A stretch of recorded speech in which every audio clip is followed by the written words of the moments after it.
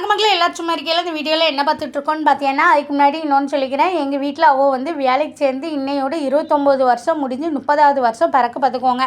அதனால அவள் அப்பா வந்து என்ன சொன்னாங்கன்னா, காலையில் வந்து சாப்பாடு வெளியே வாங்கி தரேன்னு சொல்லிட்டு பூரி சாம்பார் சட்னி வாங்கிட்டு வந்திருந்தாவோ.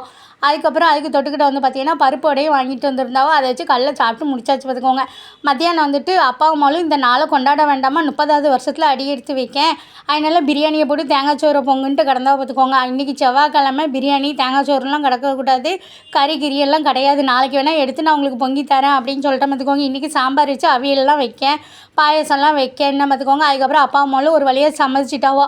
எங்கள் ஊரில் பார்த்தீங்கன்னா காலையில் ஆனால் வெயில் அந்த கொளுத்துது பார்த்துக்கோங்க. மத்தியானத்துக்கு மேலே வந்து பார்த்தீங்கன்னா நல்ல மழை பெய்து. இப்போ 2 நாளாக அப்படி தான் இருக்குது. அதனால மழையை வேடிக்கை பார்த்துட்டு எல்லா காய்கறிகளையும் நறுக்கி முடிச்சுட்டு பார்த்துக்கோங்க. இன்றைக்கி என்ன பொங்கினேன்னு பார்த்தீங்கன்னா எல்லா காயும் மட்டும் அவியல் வச்சுட்டு தக்காளி பச்சடி வச்சேன். அதுக்கப்புறம் வந்து பார்த்தீங்கன்னா அவரைக்காவும் கேரட்டும் போட்டு பொரியலும் மாங்காய் கோசு அப்பளம், அதுக்கப்புறம் கத்திரிக்காய் முருங்கைக்காய் மாங்காய் போட்டு சாம்பார் வச்சுக்கிட்டு அப்பளம் பொரித்தேன். அதுக்கப்புறம் வந்து பார்த்தீங்கன்னா சரி இன்றைக்கி வந்து நல்ல நாள் பற்றியெல்லாம் அப்பா வேலைக்கு போனனால அதனால் வந்து பார்த்தீங்கன்னா பாயசம் ஏதாவது ஒரு இனிப்பு செய்யன்னு சொல்லிட்டு சிறுபருப்பு எல்லாம் போட்டு வந்து பாயசம் வச்சேன் பார்த்துக்கோங்க.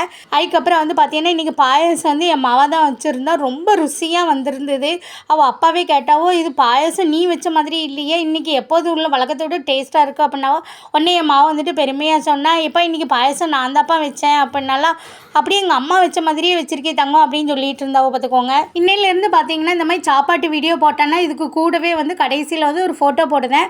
அந்த ஃபோட்டோ பார்த்துட்டு அதுக்கு பதில் தெரிஞ்சவங்க வந்து கமெண்டில் சொல்லுங்கள். இதுக்கான ஆன்சரை வந்து நான் அடுத்த சாப்பாட்டு வீடியோவில் சொல்லுதே. எங்கள் சேனலை சப்ஸ்கிரைப் பண்ணுங்கள் மக்களே.